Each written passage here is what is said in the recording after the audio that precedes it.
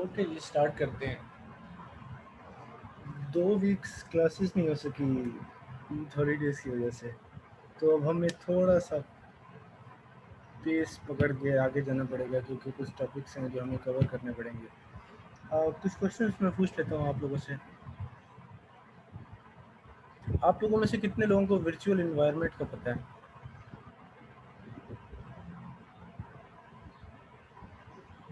Sir meaning के लिहाज से पता है वर्चुअल एनवायरनमेंट। कभी किसी ने यूज़ नहीं किया? सर वर्चुअल बॉक्सेस वगैरह हमने यूज़ किए सर, मशीन्स। ठीक है। और कभी किसी ने कोई फ्रेमवर्क देखा हो या यूज़ किया हो?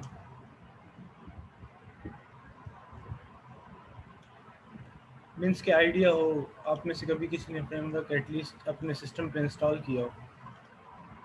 यस सर, यूज़ किया हुआ है कौन सा? सर, लारावेल और जेंगो। ठीक है, बेस्ट है।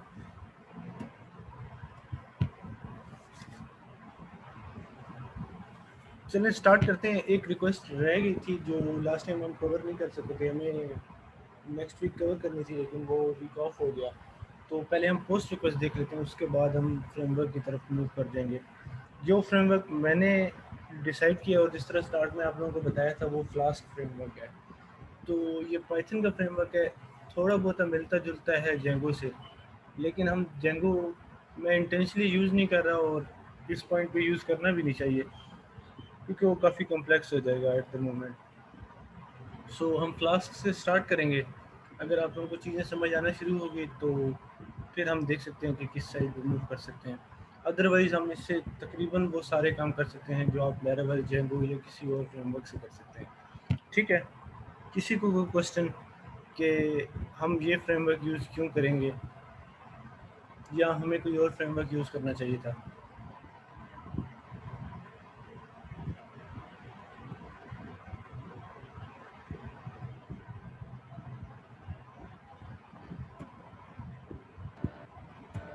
ओके,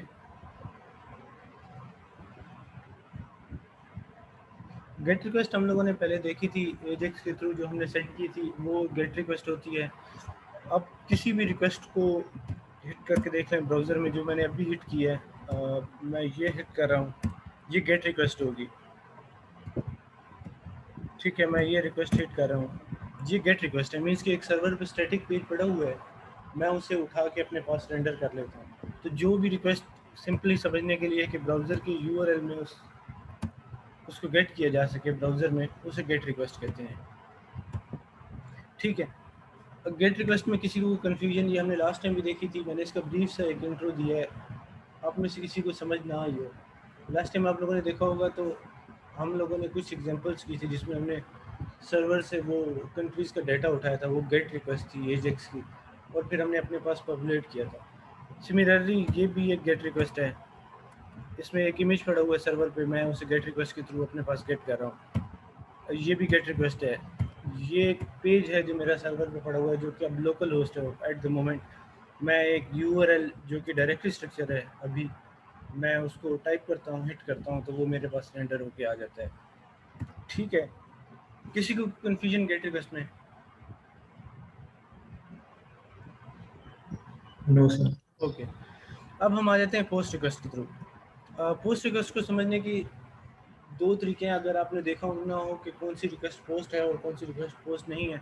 नंबर वन, वो ब्राउज़र में नहीं चलाई जा सकती, लाइक दिस, आप इस तरह यूआरएल पेस्ट करके आप उसको नहीं चला सकते। रीज़न मीन, पोस्ट रिक्वेस्ट में आप डाटा गेट नहीं करते, आप डाटा सेट करते हैं सर्वर पे।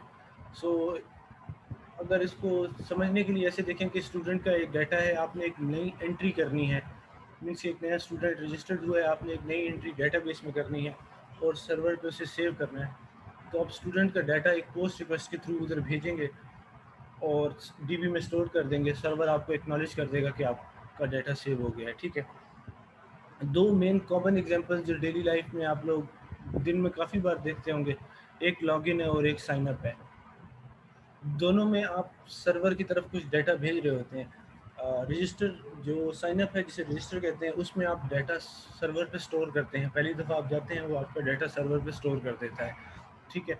जो लॉगिन है उसमें आल्दो कोई डाटा स्टोर नहीं होता सर्वर पे, बट आप कुछ क्रेडेंशियल्स सर्वर की तरफ भेजते हैं जो टैली करके वो आपको बता देता है कि क्रेडेंशियल्स मैच हो गए हैं तो आप लॉगिन हो सकते हैं, अदरवाइज नहीं हो सकते।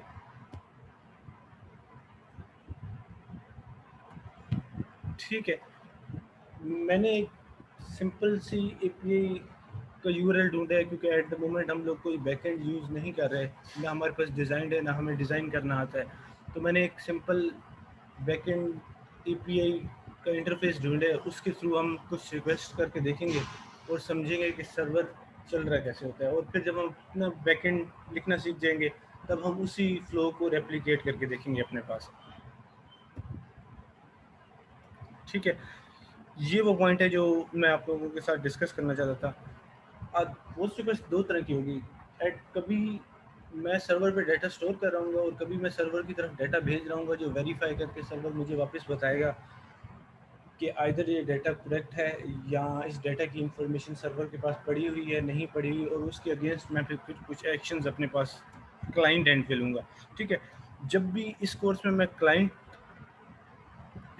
वर्ड यूज़ करूँगा, क्लाइंट मीन हमारा ब्राउज़र है, क्योंकि सर्वर भी मेरा इसी सिस्टम पे होगा। मैं इस सिस्टम को जो आप लोगों को भी विजिबल है, इस सिस्टम को क्लाइंट नहीं कह सकता क्योंकि हम लोकल होस्ट देख रहे होंगे। तो लोकल होस्ट भी मेरा इसी सिस्टम पे होगा और मेरा क्लाइंट भी इसी सिस्टम पे होगा। तो क्लाइंट्स मीन कि मैं इस ब्राउज़र को रेफ़र कर रहा हूँ और सर्वर मीन्स कि जो हम सर्वर अभी लिखेंगे कुछ देर में, वो सर्वर होगा हमारा, वो भी इसी सिस्टम पे चल रहा होगा। आप उसे अपने पास से एक्सेस नहीं कर सकते एट द मोमेंट जब तक उसे मैं किसी जगह पे होस्ट नहीं करूँगा। ठीक है, एक और छोटा सा क्वेश्चन था, आप लोगों में से नेटवर्किंग पढ़ ली है? आप लोगों ने नेटवर्किंग का कोर्स पढ़ा हुआ है या अभी नहीं पढ़ा हुआ?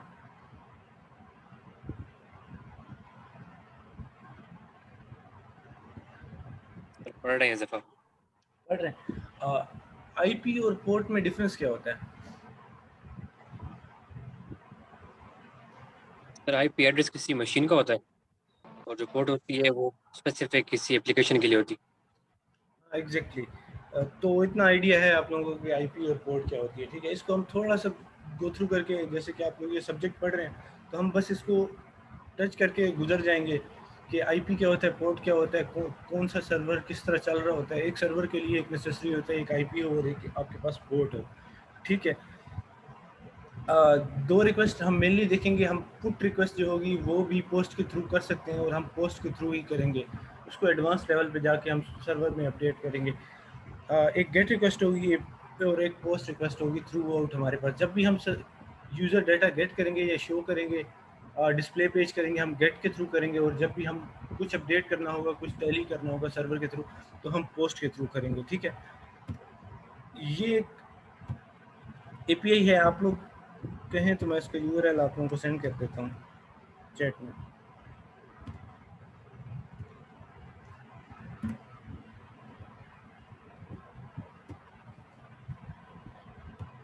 ठीक है, आप लोगों को स्क्रीन विजिबल है?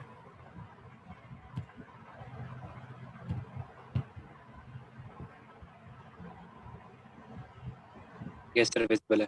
ठीक है, अच्छा, इसमें कुछ एक्शंस लिखे हुए हैं। अभी आप लोगों को समझ ना भी आए तो भी दैट्स ओके, क्योंकि ये किसी ने सर्वर लिखा हुआ है, उसने बता दिया कि कैसे इस एपीआई को यूज़ कर सकते हैं।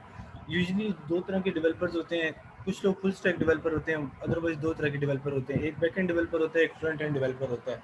आप लोग ग्रुप में भी काम करेंगे तो आप में से कुछ लोग फ्रंट एंड पे काम कर रहे होंगे, कुछ लोग बैक एंड पे काम कर रहे होंगे। सो जिसने ये एपीआई लिखी है वो प्योरली उसने बैक एंड का काम किया, उसने यूआरएल एक्सपोज किया है कि ये यूआरएल होगा जिसके थ्रू आप रजिस्टर कर सकते हैं। आई डोंट नो उसने बैकएंड डीबी कौन सी यूज़ की है, बैकएंड पे क्या लॉजिक लिखी हुई है, किस तरह वो सेव कर रहा है। सिर्फ नाम पढ़ के मुझे ये आइडिया हो गया, वो ये भी ना बताता तो ये भी ना पता चलता Node.js उसने यूज़ किया। ठीक है, और ये Heroku ऐप पे होस्टेड है, या इसकी इस पे होस्टेड इंशाल्लाह हम भी अपनी ऐप क्लास करेंगे अगर हमारे पास टाइम होगा तो। ठीक है, उसने एक यूआरएल एक्सपोज किया है कि इस यूआरएल को अगर आप हिट करेंगे तो आप वहाँ पे रजिस्टर कर सकते हैं यूज़र।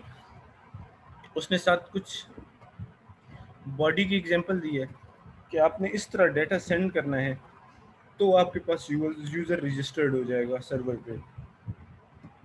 इस साइड पे अगर आप देखें तो कर्ल एक चीज़ होती है। कर्ल आप में से किसी को पता है?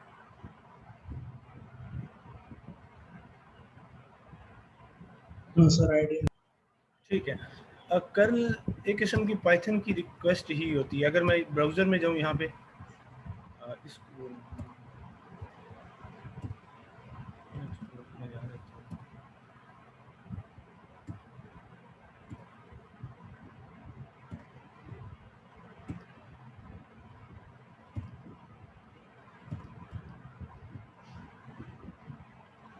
तो अब यहाँ देखें तो ब्राउज़र भी मुझे ऑप्शन देता है कॉपी एसक्यूएल का।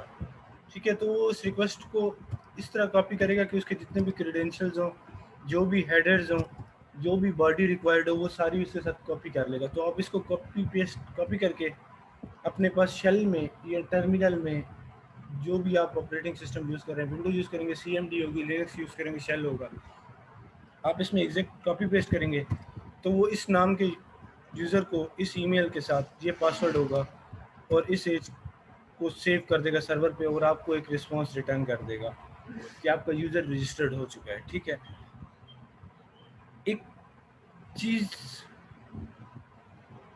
आप लोगों में से कभी किसी ने यूज़ की है, टोकन का पता होता है आप लोगों को? टोकन क्या होती है? मैं क्वेश्चन बार बार इसलिए कर रहा हूँ ताकि मुझे आइडिया हो जाए कि कौन कौन सी चीज़ें डिस्कस करनी है इस मोमेंट पे, फिर आगे जाके ये चीज़ें डेफिनेटली यूज़ होंगी फ्रेमवर्क में। अगर नहीं पता तो आप स्ट्रेट अवे नो कर दें, इशू कोई नहीं है, उससे डिस्कस कर लेंगे इंशाल्लाह। सर एक तो होता है ना CSRF टोकन, उसका पता था। एग्जैक्टली हाँ, वो रिक्वेस्ट के साथ जाता है। देखिए जब मैं यहाँ पे रजिस्टर करूँगा, क्योंकि ये प्योरली बैकएंड किसी ने लिखा हुआ और फ्रंट एंड मैं अपने पास लिख रहा हूँ, तो ये सर्वर जो है वो मुझे एक टोकन रिटर्न करेगा जिसे बेयर टोकन कहते हैं। अगर मैं यहाँ पे जाऊँ तो ये वो टोकन है। मीन्स कि जब मैं लॉगिन करूँगा, जब मैं साइन अप करूँगा तो वो मुझे टोकन रिटर्न करेगा कि ये टोकन आप अपने पास सेव कर लें। वो टोकन फ्रंट एंड की मेमोरी में, लोकल स्टोरेज में स्टोर होगा और जब भी मैं कोई रिक्वेस्ट करूँगा, मैं यूज़र का डाटा गेट करूँगा, मैं लॉगिन करूँगा, मैं कोई यूज़र की प्रोफाइल गेट करना चाहूँगा, तो मैं ये टोकन साथ भेजूँगा जिससे सर्वर को आइडिया होगा कि ये कौन सा यूज़र है और उसकी बेस पे वो उसका डाटा रिटर्न करेगा। अगर मैंने लॉगिन करना है, जिस तरह ये लॉगिन का लिखा हुआ है, लॉगिन का एक यूआरएल उसने दिया हुआ है, साथ उसने ये बताया हुआ कि आपने ईमेल सेंड करनी हो और पासवर्ड सेंड करना है तो आप लॉगिन हो सकते हैं। ठीक है, तो जब मैं ये दो चीज़ें सेंड करके हिट करूँगा तो वो मुझे टोकन रिटर्न करेगा अपने पास कि आप लॉगिन हो चुके हैं, आपके पास ये टोकन है। जब तक आप ये टोकन रखेंगे आप लॉगिन रहेंगे। जब आप इस टोकन के साथ दोबारा रिक्वेस्ट करेंगे आप लॉग आउट होना चाहिए, तो वो इसको सर्वर एंड से रिमूव कर देगा इस टोकन की हिस्ट्री को। अगर मैं लॉग आउट पे आऊँ तो वो ये लॉग आउट का यूआरएल है, साथ उसने बताया हुआ है कि आपने हेडर में ये टोकन भेजना है। ये टोकन मैं भेजूंगा तो मैं बताऊंगा कि मैं ये यूज़र हूँ, ये मेरा टोकन है, मुझे लॉग आउट कर दे। तो वो इस टोकन के यूज़र को लॉग आउट कर देगा अपने पास हिस्ट्री में। नेक्स्ट टाइम अगर कोई इस टोकन के साथ कोई रिक्वेस्ट करना चाहे तो वो सर्वर उसे एक्सेप्ट नहीं करेगा। ये बातें आप लोगों को समझ आ रही हैं? तो थोड़ी बहुत ही आ रही है पर आनी चाहिए। आ रही है सर थोड़ी थोड़ी। ठीक है, तो ये तीन तरह के होते हैं। रजिस्टर्ड होगा जो हम देखेंगे अपने पास, लॉगिन देखेंगे अपने पास जिसमें सर्वर को हम इसी तरह एक्सेस करेंगे, एपीआई लिखी होगी, हम डाटा स्टोर करेंगे। लॉगिन होगा, हमारे पास एक टोकन आएगा, टोकन की बेस पे हम बाकी रिक्वेस्ट करेंगे। इसी तरह यूआरएल डिफाइन होंगे। मैंने लॉग आउट करना है, मैं एक टोकन साथ भेजूंगा और मैं लॉग आउट कर जाऊंगा। इसमें काफ़ी कुछ लिखा हुआ है, वो चीज़ें हम अभी यूज़ नहीं कर रहे। इसने पूरा एक टू डू लिस्ट का पैकेज बनाया हुआ है। अगर आप यहाँ पे देखें तो अगर किसी ने समझने के लिए या प्रैक्टिस के लिए यूज़ करनी हो तो आप बैकएंड के बगैर पूरा ये पैकेज लिख सकते हैं। इसको पढ़ के आप टास्क इंसर्ट कर सकते हैं, अकाउंट बना सकते हैं, डिलीट कर सकते हैं, इमेज ऐड कर सकते हैं। तो इस तरह का रेप्लिकेट करके हम अपने पास, मेरी कोशिश है हम एक छोटी सी चैट एप्लीकेशन बनाएं जिसमें बैकएंड हमारे पास लिखा हो, फ्रंट एंड हम लिखें और कम्युनिकेट करके दो यूज़र आपस में चैट कर लें। और फिर उसके अलावा जो हमारी पुरानी एग्जांपल्स हैं उनको हम बैकएंड के साथ मैप कर लें जो सबसे पहली एग्जांपल जो मैं करना चाहता हूँ, जो कंट्री की हमारे पास जेसन वाली एग्जांपल थी, तो हम जेसन अपने पास किसी स्टैटिक वेरिएबल में रख के हम अपनी एपीआई को हिट करें, और फ्रंट एंड जो आपके पास लिखा होगा पहले से, जो आपने लिखा हुआ था, बस आप उसमें एक यूआरएल चेंज करेंगे तो वो दोबारा चल जाएगा। बैकएंड में हम वही डाटा दोबारा जेसन में कन्वर्ट करके रिटर्न करा देंगे। ठीक है सर ये अभी जेसन वाली बात की आपकी समझ नहीं आई कि किस तरह करेंगे। जो हमने कंट्रीज वाली एग्जांपल की थी, अगर आपको याद हो तो। यस सर याद है, वो जो रेड और कलर्स तो सेम देने थे समझे। एग्जैक्टली तो उसका बैकएंड हम खुद लिख लेंगे अपने पास। जो कंट्रीज वाली एपीआई थी उसका डाटा मैं कॉपी कर लूँगा, ठीक है, जो ब्राउज़र में डाटा आता था जितना भी कंट्री का, उसको अपने पास कहीं सेव कर लूँगा। आप कहेंगे तो फाइल में सेव कर लेंगे, किसी वेरिएबल में सेव कर लेंगे, ठीक है। और हम अपनी एपीआई लिख के और अपने फ्रंट एंड को कहेंगे जो आपने पहले से लिखा हुआ है कि इंस्टेड के किसी थर्ड पार्टी एपीआई को हिट करें, अपनी लोकल एपीआई को हिट कर लें। और लोकल एपीआई को जब हिट करेंगे तो हम उस जेसन डाटा को जो हमारे पास पड़ा होगा किसी वेरिएबल में, उसको कन्वर्ट करके जेसन में रिटर्न कर देंगे, क्योंकि वो एक वेरिएबल में सेव होगा या किसी फाइल में सेव होगा। तो जब मैं उसे रीड करूँगा मुझे उसे जेसन में कन्वर्ट करना पड़ेगा। Okay sir. ठीक है, क्योंकि फ्रंट एंड और बैक एंड जेसन के थ्रू, मैंने आपको कहा था, या एक्सएमएल से कम्युनिकेट करेंगे या जेसन के थ्रू कम्युनिकेट करेंगे। तो हम जेसन फॉर्मेट को लेके चल रहे हैं तो हम सर्वर से हमेशा जेसन ही रिटर्न करेंगे। ओके ठीक है, इस इमेज को हमने पहले भी डिस्कस किया था, इस इमेज को दोबारा भी डिस्कस कर लेते हैं।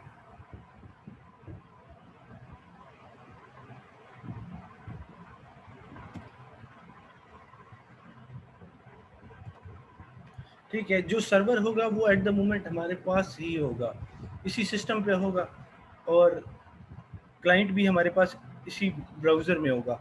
मैं उसे हिट करूँगा रिक्वेस्ट के थ्रू, कुछ प्रोसेसिंग होगी और रिस्पॉन्स रिटर्न हो जाएगा। आप चाहें तो उसको होस्ट भी कर सकते हैं, वो एक एडवांस लेवल का टॉपिक है। हम अपने बैकएंड को चाहें तो उसको सर्वर पे होस्ट कर सकते हैं और उसे यूज़ कर सकते हैं। For the moment local host जैसे डेवलपमेंट में यूज़ होता है, और हम डेवलपमेंट सर्वर ही रखेंगे ताकि हमें एरर्स वगैरह का पता चलता रहे, रन टाइम पे जो हम कोड लिखें वो लोड होता रहे।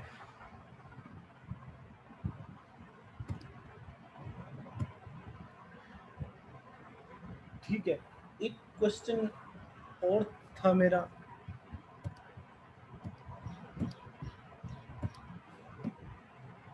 आप लोगों में से किसी ने अभी तक नेटवर्किंग में ऐसी एग्जांपल लिखी है जिसमें आप सर्किट बना के कुछ डाटा रिटर्न करें या दो server yes sir. Client server communicate करें? Yes sir, client server communication की है। लास्ट लैब में हमने ये भी करना था कि हमने डाटा स्टोर भी करना था अपने पास, या तो वेरिएबल में स्टोर कर ले, किसी डेटाबेस में स्टोर कर ले, और क्लाइंट ने जो भी डाटा लेना है वो सर्वर के थ्रू एक्सेस होकर डेटाबेस से कनेक्ट होता था। ठीक है, परफेक्ट।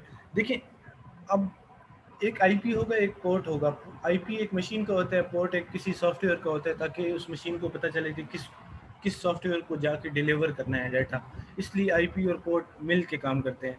और लोकल होस्ट का पोर्ट 880 होता है, 8000 होता है, 5000 होता है। जो आप पोर्ट रखना चाहें आप वो भी रख सकते हैं, बस वो किसी के साथ कॉन्फ्लिक्ट ना करे। तो एक सर्वर का एक पोर्ट होगा और एक आईपी होगा। हमारा आईपी हमेशा 127.0.0.1 होगा, क्योंकि लोकल होस्ट वही होता है। ये तो आप लोगों को पता होगा ना, लोकल होस्ट का आईपी ये होता है। यस सर, लेकिन हम अपना जो नेटवर्क का आईपी है वो भी दे सकते हैं वहाँ पर लोकल होस्ट के लिए, जो अपना आईपी एड्रेस आ रहा था।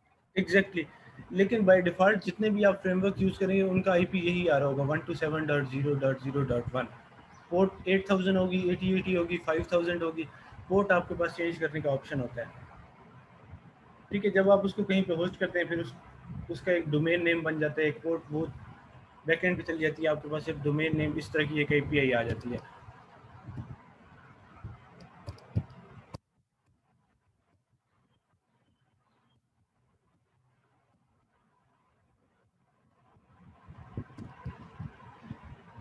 अब चलते हैं अपनी पहली एग्जांपल की तरफ, उसके बाद फिर हम बैकएंड की तरफ जाएंगे। जिस तरह आप लोगों ने एक एग्जांपल अभी आप कह रहे थे नेटवर्किंग में देखिए जिसमें हम क्लाइंट सर्वर कम्युनिकेट करते हैं, उसमें आप लोगों ने थोड़ी सी हैसल देखी होगी। आप लोगों ने सॉकेट खुद बनाए होंगे, आप लोगों ने कम्युनिकेट किया होगा, आप लोगों ने चेक किया होगा सर्वर रिस्पॉन्ड कर रहा है नहीं कर रहा, उसके बाद आपने रिक्वेस्ट सेंड की होगी, फिर उसने गेट की होगी, डाटा स्टोर किया होगा, कुछ इस तरह का काम आप लोगों ने किया होगा, राइट? यस सर, थोड़ा सा मिलता जुलता है। एग्जैक्टली। जो फ्रेमवर्क होते हैं वो इसलिए डिज़ाइन किया जाता है ताकि आप लोगों को वो काम ना करना पड़े। आप में से लेट्स सपोज हम 100 डेवलपर्स हैं, अगर 100 डेवलपर्स ने कोई एप्लीकेशन बनानी है अपनी अपनी अपनी, तो उन सबको वही काम करना पड़ेगा जो सेम है। मीन्स कि आपको सबको डिफाइन करनी पड़ेगी, आपको एक पोर्ट होगी, आपकी एक आईपी होगा जो कि लोकल होगा, फिर आपने कैसे गेट करनी है, कैसे सेट करनी है, रिक्वेस्ट का मेथड कौन सा आ रहा है, 200 है, 403 हो गया है, 404 होना चाहिए यहाँ पे। इस तरह की चीज़ें फ्रेमवर्क के कोड में पहले से लिख दी जाती हैं, और आपको कुछ कोड लिख के, बॉयलर प्लेट कोड लिख के, और आपको फिर एक लाइब्रेरी की शक्ल में फ्रेमवर्क बना के दिया जाता है। फिर आप उस फ्रेमवर्क को यूज़ करते हैं अपने पास, तो उससे आपका टाइम बचता है। अभी जो हम फ्रेमवर्क यूज़ कर रहे हैं उसका रीज़न यही है, वो बिल्कुल बेसिक होगा। मीन्स के आप लोगों में से शायद किसी ने ऐसा फ्रेमवर्क देखा हो जो सिंगल फाइल में चल जाता हो। लैरावेल की आप लोगों ने फाइलें देखी होंगी, जिस तरह एक स्टूडेंट ने कहा कि उन्होंने लैरावेल देखा हुआ है, जेंगो देखा हुआ है। जब आप लैरावेल इंस्टॉल करते हैं या पिप इंस्टॉल जेंगो करते हैं अपने पास, तो आपके पास एक पूरा पैकेज आता है जिसमें यूआरएल व्यूज़ बने होते हैं, manage.py आ जाती है, इस तरह की बहुत सी फाइल्स आ जाती हैं। तो इंस्टेड कि हम बड़े फ्रेमवर्क को अपने पास पुल करें, उससे अपने पास लोकल सिस्टम में पहले 1-2 वीक डायरेक्टरी स्ट्रक्चर समझें कि किस तरह वो चल रहा है, एक ऐसे फ्रेमवर्क को लेकर चलें जिसमें एक फ़ाइल हो, फिर आहिस्ता आहिस्ता उसको हम उस लेवल पे एक्सटेंड करके बढ़ाते जाएं जिस तरह बाकी फ्रेमवर्क्स हैं। जब आपको ये चीज़ें समझ आ जाएंगी कि रूट क्या होता है, व्यू क्या होता है, यूआरएल क्या होता है, उसके बाद आपको बाकी फ्रेमवर्क आहिस्ता आहिस्ता समझ आना शुरू हो जाएंगे। ठीक है?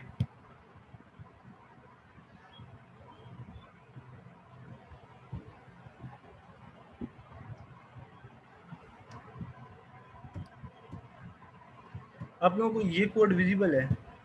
ये वही पुरानी एग्जांपल है जो हमारे पास लॉगिन वगैरह जो हम लिखते होते हैं। यस सर, विजिबल है। ओके, इसको मैंने यहाँ पे रेंडर कर दिया है। एक ईमेल एड्रेस है, एक पासवर्ड है और एक एज है।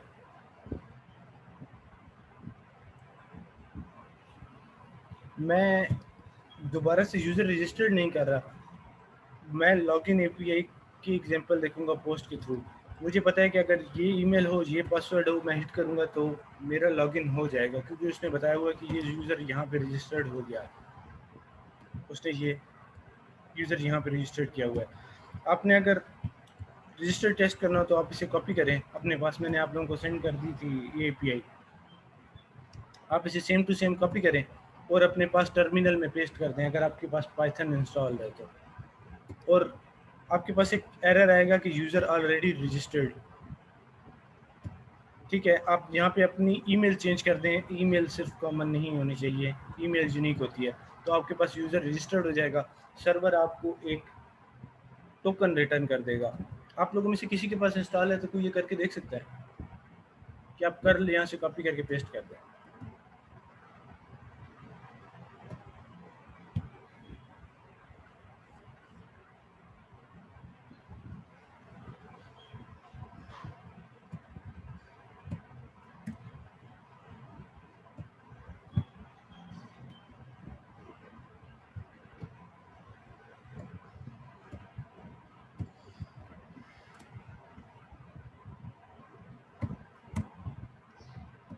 किसी ने चलाया अपने पास?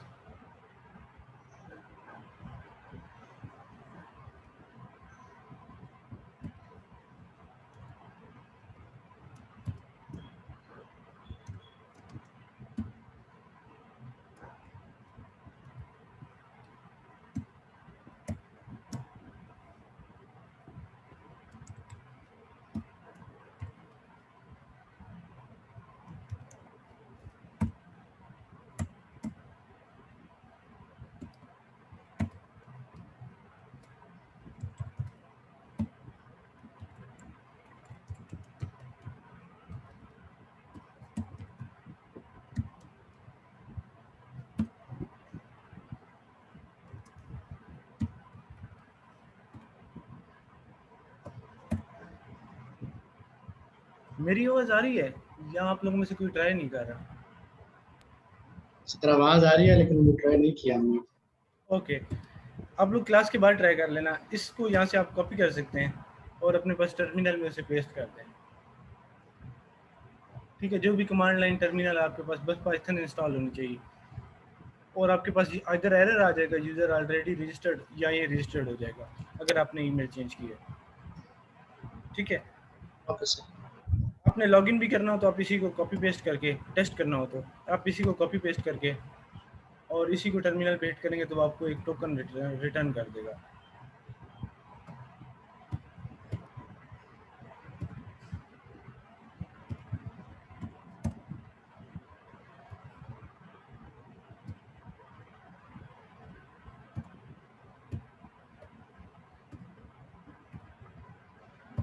इस कोड में कोई किसी को कन्फ्यूजन, एक लाइन है वो मैं अभी रिमूव कर देता हूँ।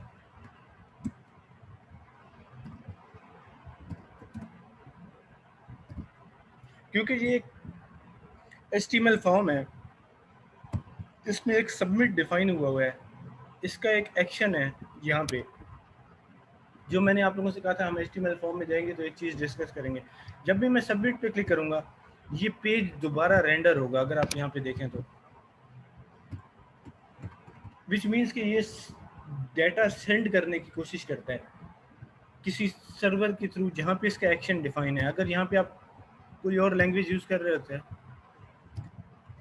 और यहाँ पे आपने एक्शन डिफाइन किया होता तो वो उस पेज की तरफ रेंडर होने की कोशिश करता, जो कि अभी यहाँ पे एम्प्टी है तो वो इसी पेज की तरफ रेंडर होने की कोशिश कर रहा है। सो इसको रोकने के लिए मैंने इसके डिफ़ॉल्ट बिहेवियर को स्टॉप कर दिया यहाँ पे। मीन्स कि अब अगर मैं क्लिक करता रहूँ तो ये रेंडर नहीं होगा।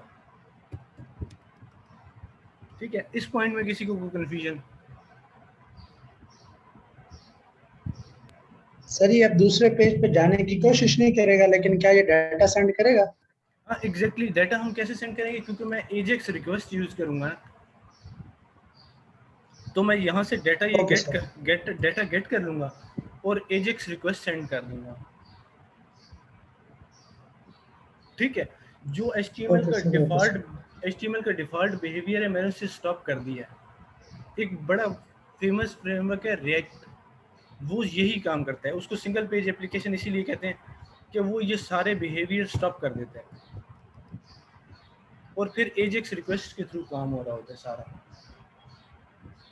ठीक है, अगर आपने देखो यहाँ पे कभी टॉगल बटन होगा जिसको आप क्लिक करते हैं, ऑन ऑफ करते हैं तो रिक्वेस्ट तो सेंड हो रही होती है लेकिन आपका पेज लोड नहीं हो रहा होता। ठीक है, आप यहाँ से अगर एक लिस्ट आ रही है, टू डू लिस्ट, आप डिलीट पे क्लिक करते जाते हैं तो रिक्वेस्ट तो सेंड हो रही होती है, सबमिट तो हो रहा होता है, लेकिन आपका पेज रिफ्रेश नहीं हो रहा होता। वो इसीलिए नहीं हो रहा था क्योंकि आपने डिफ़ॉल्ट बिहेवियर स्टॉप किया होता है। ठीक है, ओके सर। अगर यहाँ पे कोई और लैंग्वेज होती जिसमें रिक्वायरमेंट ये होती कि मुझे इस पेज को रेंडर होने देना चाहिए था ताकि ये डाटा आगे सेंड करता। ठीक है, जब ये रेंडर होता है मीन्स कि अगर मैं ये ना लिखूं, जब ये रेंडर होता है तो ये अपने साथ ये डाटा लेके जाता है, ईमेल का, पासवर्ड का, जो जो लिखा होता है अपने साथ ये लेके जाता है। जो इसको कैच करेगा, इस सेक्शन को कैच करेगा, जो भी बैकएंड लिखा होगा, जिस तरह भी लिखा होगा, उसके पास ये डाटा जाएगा। सो हमारी रिक्वायरमेंट ये है कि मैं इसको स्टॉप करूं, यहाँ पे डाटा गेट करूं, जो कि हम स्टार्ट से करते हैं। डाटा गेट करके वो फिर एक एजेक्स रिक्वेस्ट के थ्रू लॉगिन करने की कोशिश करूं। ठीक है,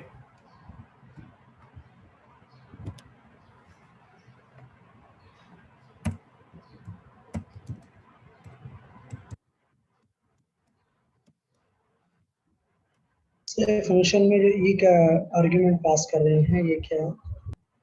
कहाँ पे? सॉरी, डॉट क्लिक फंक्शन के अंदर ई का एक आर्गुमेंट पास करें। हाँ, ई के आर्गूमेंट को हमने पहले शायद डिस्कस नहीं किया। इसका नाम कुछ भी हो सकता है लेकिन ये बाय डिफ़ॉल्ट आर्गूमेंट आपको रिसीव होता है किसी भी उसके थ्रू। मीन्स कि अगर आपने यहाँ पे इनपुट फील्ड लिखी हुई है, आपने उस पर ऑन चेंज लिसनर लगाया हुआ है, या आपने बटन लिखा हुआ है उस पर आपने ऑन क्लिक लिखा हुआ है, अगर दो आपने एक सबमिट डिफाइन किया हुआ है, टाइप इक्वल टू सबमिट, और आपके पास एक फॉर्म है, तो आपके पास ई बाय डिफ़ॉल्ट रिसीव होता है आपको। It's event. E for event short form है इवेंट की। तो इसमें आपके पास ओके सर, बहुत से आ रहे होंगे अगर आप देखें तो। ठीक है, टारगेट है, आप गेट कर सकते हैं। अगर आपने एक चीज़ नोट की हो कि कुछ फॉर्म्स में आपने ये देखा होगा कि अगर ये इंटीजर की फील्ड है और यहाँ पे मैं कैरेक्टर लिखना शुरू कर दूँ, जो कि आगे जाके हम जो एग्जांपल देखेंगे, तो फ़ौरन से नीचे एक एरर आना शुरू हो जाता है, this fields can contain yes sir, only numbers.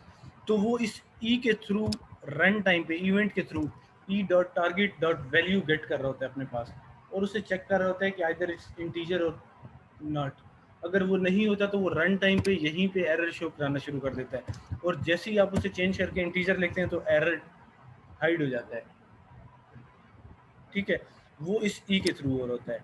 E stand for event. इसके पास आपके पास बहुत से एट्रीब्यूट्स मिलेंगे यहाँ पे, ये पूरा एक ऑब्जेक्ट है आप यहाँ पे देखें तो। ठीक है, हमने ये प्रीवेंट डिफ़ॉल्ट यूज़ किया है सिर्फ। तो आगे जाके हम जब डिफरेंट एग्जांपल देखेंगे या हम चैट एप्लीकेशन देखेंगे, एम्प्टी आपको सेंड नहीं करने देता वो। यहाँ पे अगर आपने देखो चैट एप्लीकेशन में आप कुछ टाइप करके एंटर क्लिक करते हैं तो आपका डाटा सेंड हो जाता है। तो वो इवेंट की बेस पे एंटर की को मॉनिटर कर रहा होता है, जैसी एंटर की होती है वो चेक करता है कि वो एम्प्टी है कि नहीं है। अगर नहीं होता तो वो एक gate request post request sorry send कर देता है सर्वर पे। ओके सर,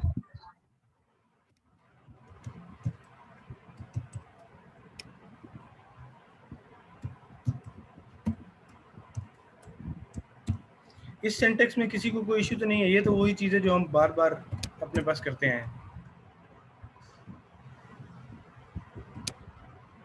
सर कोई इशू नहीं है, बस वैल्यू गेट कर रहे हैं आईडी के। एग्जैक्टली मैंने 2 वैल्यूज गेट किए हैं, इसका नाम मैं चेंज कर देता हूँ और उन्हें वेरिएबल में स्टोर कर दिया। ठीक है,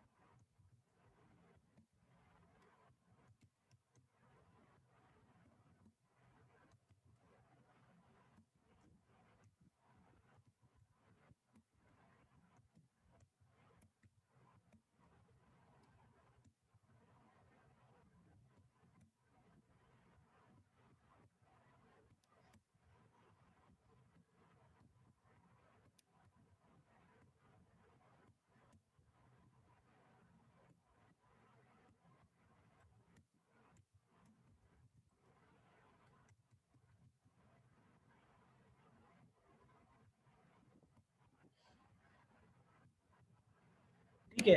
इंस्टेड कि अब मैं दोबारा साइन अप करूँ, मेरे पास 2 क्रेडेंशियल्स हैं ये, जो कि इसने यहाँ पे बताया कि अगर मैं ये यूज़ करूँ तो वो लॉगिन कर देगा।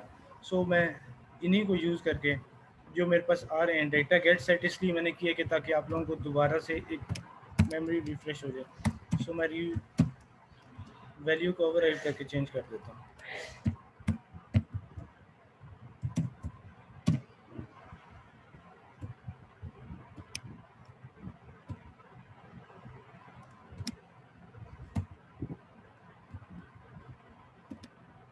ठीक है,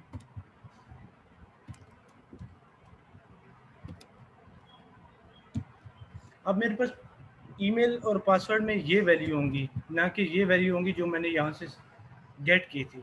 ठीक है, ये बात आप लोगों को समझ आई है मैंने यहाँ पे क्या किया है? यस सर, मैंने सिर्फ एक फ्लो समझाने के लिए कि डाटा यहाँ से गेट किया है, इन वैल्यूज़ को यहाँ पे गेट किया है, एक मेथड लिखा है जिनमें ये डाटा पास किया है, और फिर मैंने उन्हीं वैल्यूज़ को दोबारा रिप्लेस कर दिया। ठीक है, क्योंकि मेरे पास यहाँ पे कुछ क्रेडेंशियल्स हैं, मैं चाहता हूँ कि मैं उनको यूज़ कर लूँ।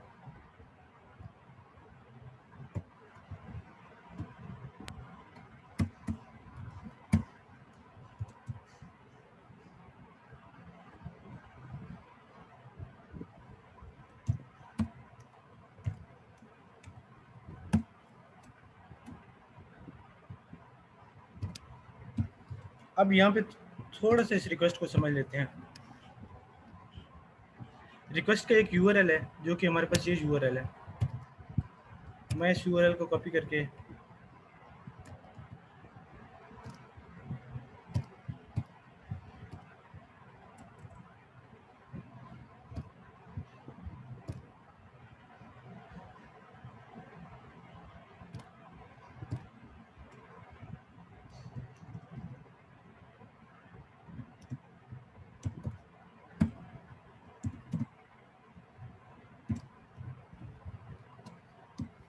ये एग्जैक्ट सेम हमने काम किया जो हमने गेट के साथ किया था, ठीक है। अभी तक मैंने उसे नहीं बताया कि ये पोस्ट रिक्वेस्ट है या गेट रिक्वेस्ट है, ठीक है।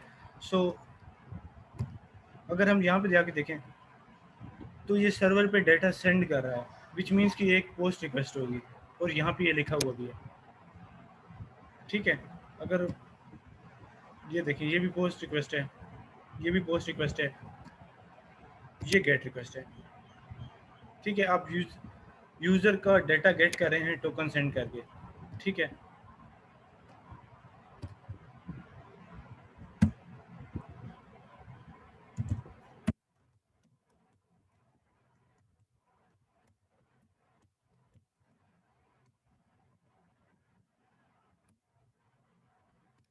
उसके बाद उसने कहा है कि आपने हेडर में ये सेंड करना है, कंटेंट टाइप एप्लीकेशन जेसन। ये आप ना भी लिखें तो बहुत सी एपीआई चल जाती हैं, क्योंकि बाय डिफ़ॉल्ट यही होता है। आपने पोस्टमैन का नाम सुना होगा, उसमें बाय डिफ़ॉल्ट यही होता है, हेडर। लेकिन जो रिक्वायरमेंट्स होती हैं तो आप वही रिक्वायरमेंट्स यूज़ करते हैं, क्योंकि आप फ्रंट एंड पे हैं, आपको बैक एंड का आइडिया नहीं है किस तरह लिखा हुआ है। सो मैं ये यूज़ कर लूँगा अपने पास। सो मेरे पास यहाँ पे की होगी कंटेंट टाइप,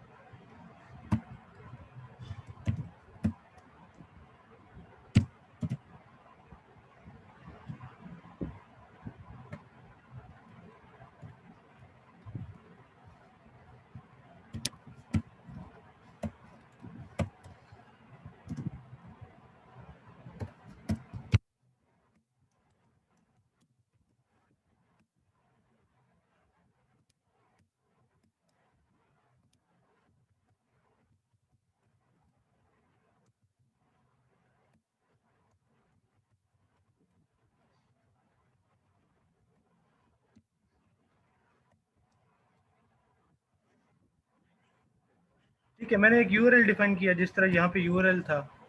मैंने एक टाइप पोस्ट रिक्वेस्ट डिफाइन की, कंटेंट टाइप डिफाइन किया, डाटा मैंने कॉपी पेस्ट कर लिया है यहाँ से, क्योंकि लास्ट लेक्चर में और उससे लास्ट लेक्चर में हम लोगों ने स्ट्रिंग फॉर्मेटिंग समझी थी कि किस तरह स्ट्रिंग ब्रेक करके उसमें वेरिएबल यूज़ करते हैं।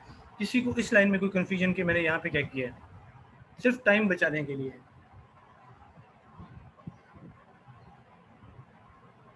क्लियर है। ठीक है। सिर्फ टाइम बचाने के लिए मैंने ये एक लिखी हुई थी स्ट्रिंग फॉर्मेटिंग पहले से, मैंने इसको कॉपी पेस्ट यहाँ पे कर दिया, ठीक है।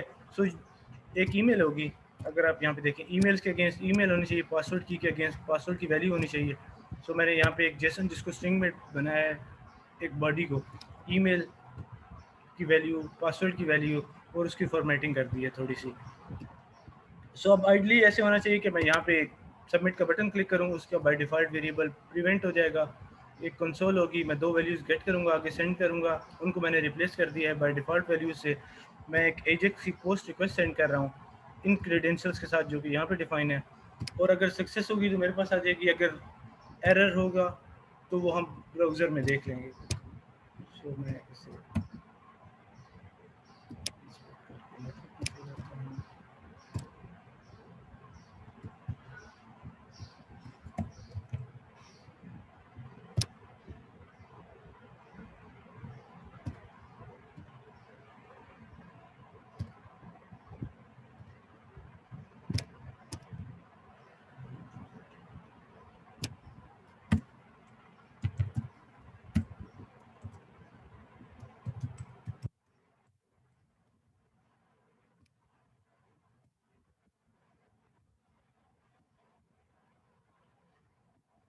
अब देखें यहाँ पे एरर आया है। अगर आपने जावास्क्रिप्ट का एरर इंस्पेक्ट करना हो, मैं यहाँ पे क्लिक कर रहा हूँ, अगर आप देखें तो आइडियली ये होना चाहिए जो हमने फ्लो डिस्कस किया था कि यहाँ पे लॉगिन यूज़र और यहाँ से फिर रिक्वेस्ट सेंड होनी चाहिए, लेकिन वो नहीं हो रही। सो मैं कंसोल में जाके एरर चेक करूँगा, एरर क्या है। उसने मुझे कहा कि password is not defined, line number this. ठीक है, सो मैं ईमेल और पासवर्ड दिया है।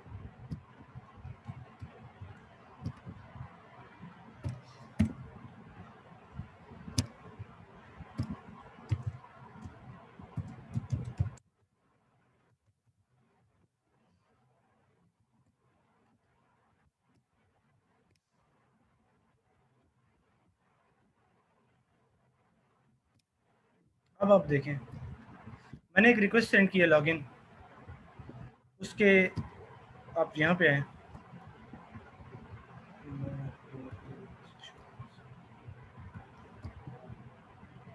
आपको एक ईमेल नज़र आएगी, पासवर्ड नज़र आएगा। मैं इसको इस साइड पे मूव कर देता हूँ। ईमेल नज़र आएगा, पासवर्ड शो होगा जो मैंने सेंड किया है, और आप रिस्पॉन्स चेक करें। उसने मुझे एक टोकन सेंड किया है जो हम डिस्कस कर रहे थे। ये टोकन मैं अपने पास यूज़ कर सकता हूँ लॉगिन के लिए, डेटा सेंड करने के लिए, गेट करने के लिए, और एट द एंड जब मुझे लॉग आउट करना होगा तो मैं यही टोकन यूज़ करूँगा। ये उसने मुझे यूज़र का डेटा सेंड कर दिया है। मैंने सिर्फ ईमेल सेंड की थी और पासवर्ड सेंड किया था। उसने मुझे नेम सेंड कर दिया है, ईमेल सेंड की है, किस टाइम वो यूज़र क्रिएट हुआ था, लास्ट अपडेट कब हुआ था, और एज उसकी सेंड कर दी है। मीन्स कि अगर मैंने पॉपुलेट करनी है प्रोफाइल लॉगिन के बाद यूज़र की, तो मुझे उसने डाटा सेंड कर दिया है। और एक टोकन मुझे उसने यहाँ पे सेंड कर दिया है जो कि आइडियली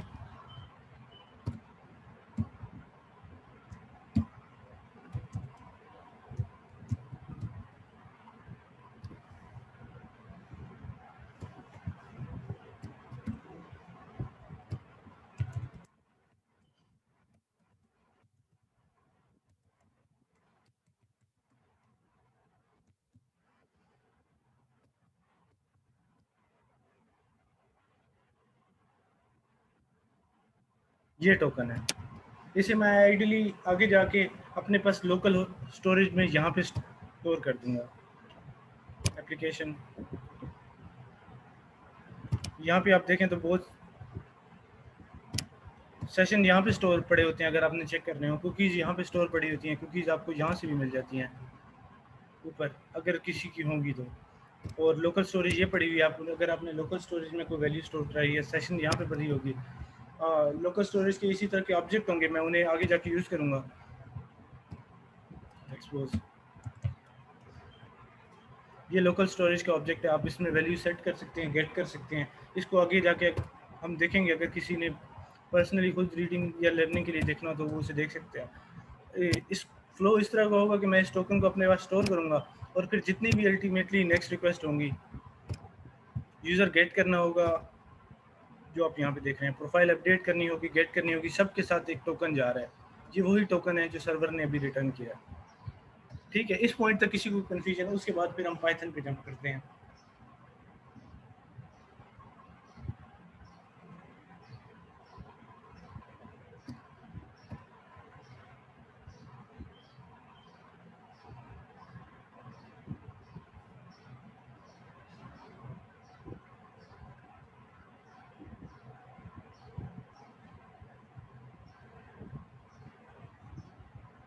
नो कन्फ्यूजन, यह समझ ही नहीं आई। कंफ्यूजन नहीं।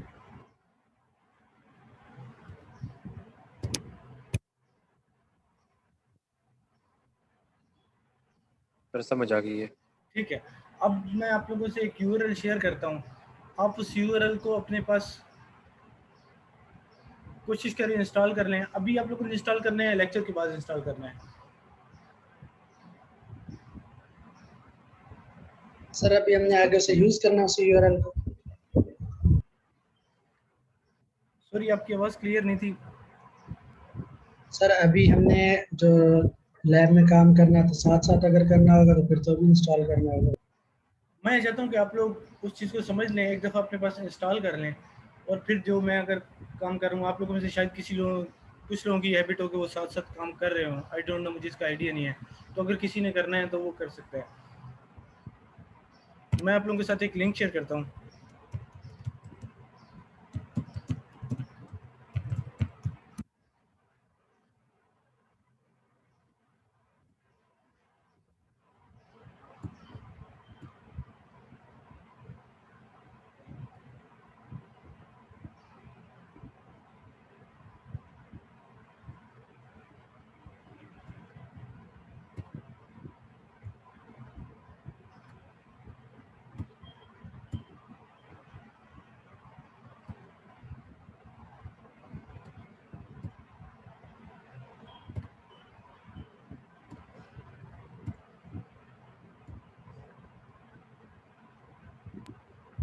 सर काफी बच्चों के पास आई थिंक एनाकोंडा इंस्टॉल है वर्चुअली। आप लोगों ने एनाकोंडा इंस्टॉल किया हुआ है? मशीन लर्निंग के कोर्स के लिए चाहिए था, बात शायद किया भी हो ना, फिर बाद में शायद ना किया। ठीक है, मैं सेंड कर देता हूँ यूआरएल, और आप लोगों में से कुछ लोगों ने अगर इंस्टॉल करना हो तो ठीक है, वरना आप रूट लेवल पे भी इंस्टॉल कर सकते हैं। फ्लास्क पिप इंस्टॉल फ्लास्क कर लें आप लोग। मैं कमांड सेंड कर देता हूँ आप लोगों को, और मैं दूसरे सिस्टम से मीटिंग ज्वाइन करता हूँ दोबारा यहाँ से क्विट करके, और फिर हम लोग वो एग्जांपल देख लेते हैं। मैं 2 चीज़ें सेंड कर देता हूँ आप लोगों को चैट में।